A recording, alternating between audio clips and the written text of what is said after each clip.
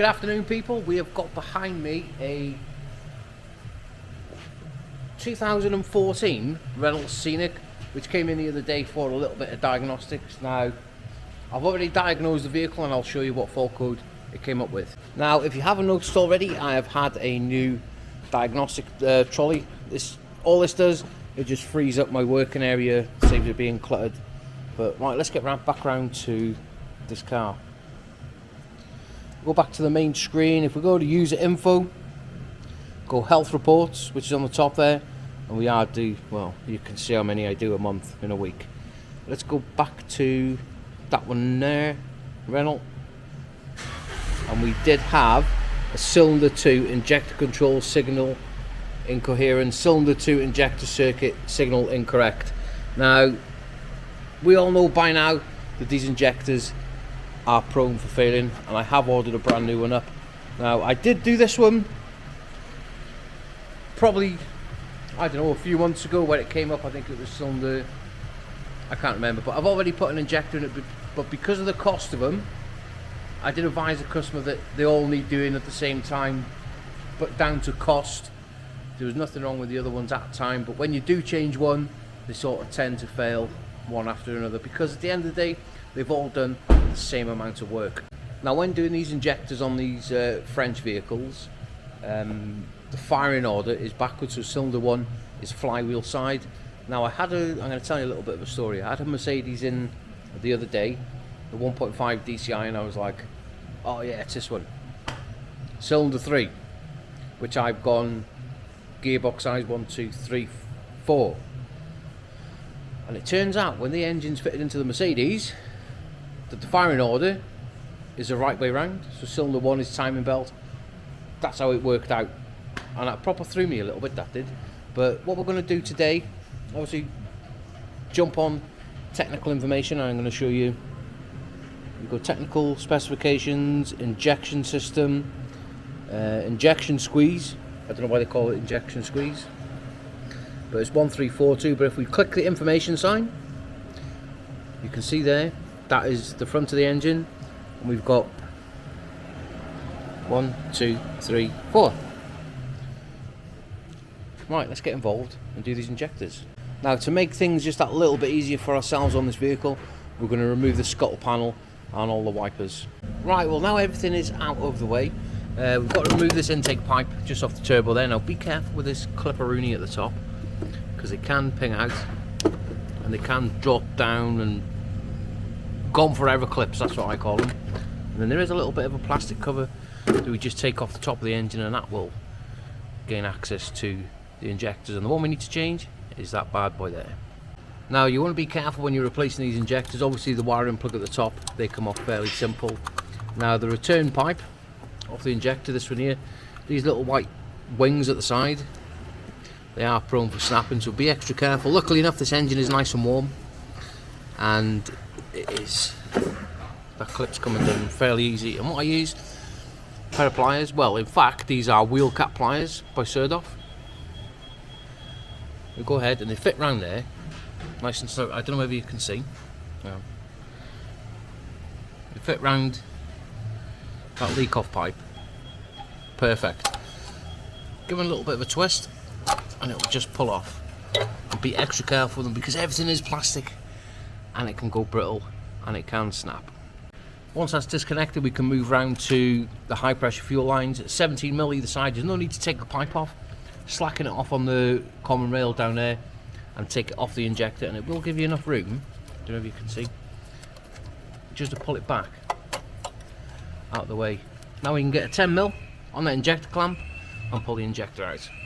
Now, the other day when I did a video and I was pulling an injector out, somebody commented on my video and they said, oh, that's staged, that is, oh, you've took it out numerous times to make it look that easy. Trust me, if things come out easy, they come out easy. If they come out hard, I'll show you the hard way of getting them out. And for the record, I do not stage any of my videos. I'm going to flip this round now, and we're going to try. Look out, the injector, we don't even need to try, because I know that these injectors, they just fall out. I don't know why, but they do. Now, before we go and put in that brand new injector in, what we're going to do is give that injector seat down there a little bit of a cleaner rooney. Will it focus? And make it look like brand new. And how I'm going to be doing it is with this little kit here. It's got various attachments to clean the tube side of your injector hole, and also that little plastic brush to clean the seat up. Now once you've finished cleaning everything down, it should look a little bit like that down there. Beautiful.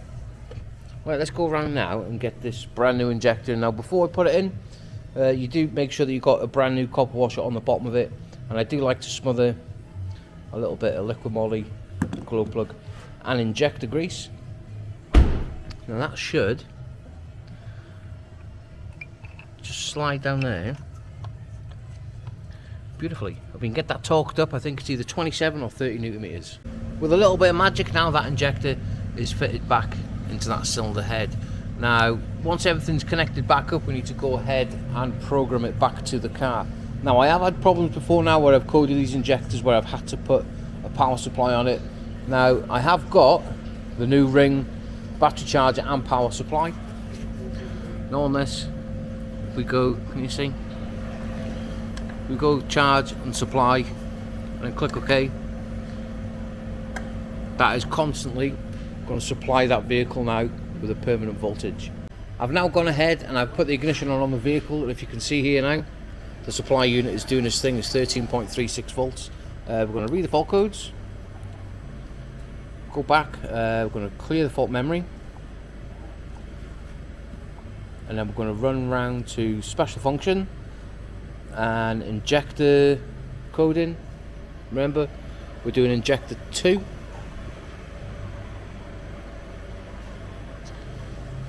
Read all the instructions. Everything's got to be pretty much like your Wi-Fi home. If it's capital, put a capital. If not, don't put a capital. Cylinder current code is that one there. You can always have a look to make sure that it is the right one that you've changed.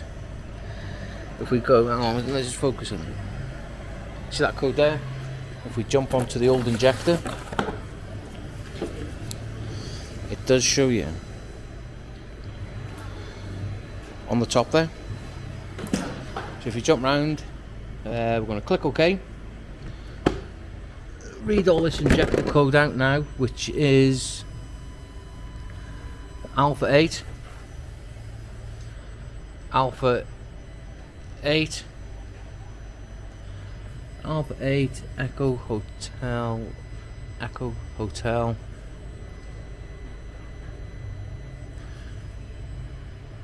Golf Juliet.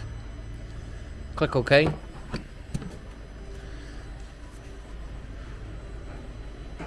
Click OK. Command finished. Now before we go putting all them covers back on, what we're going to do is jump round to we're going to read the fault codes, make sure that there's nothing present, and then we're going to jump in the car and give it a big start a rooney. Just make sure everything's coupled on. Beautiful. Fingers crossed now, with a little bit of luck it might start. Let's turn the ignition off, put it on. Primary fuel system. Now it might take a couple of seconds to wind over to build the fuel pressure.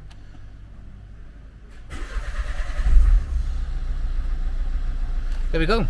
We fired straight up, and all them engine management lights now have gone out. And there we have it on a Friday afternoon. We've got this car back up and running. It's singing like a little singer sewing machine. The customer is going to be absolutely buzzing that they've got their car back. And it is now 4:15. We're going to quickly, I might chuck it into a little bit of a time lapse for you.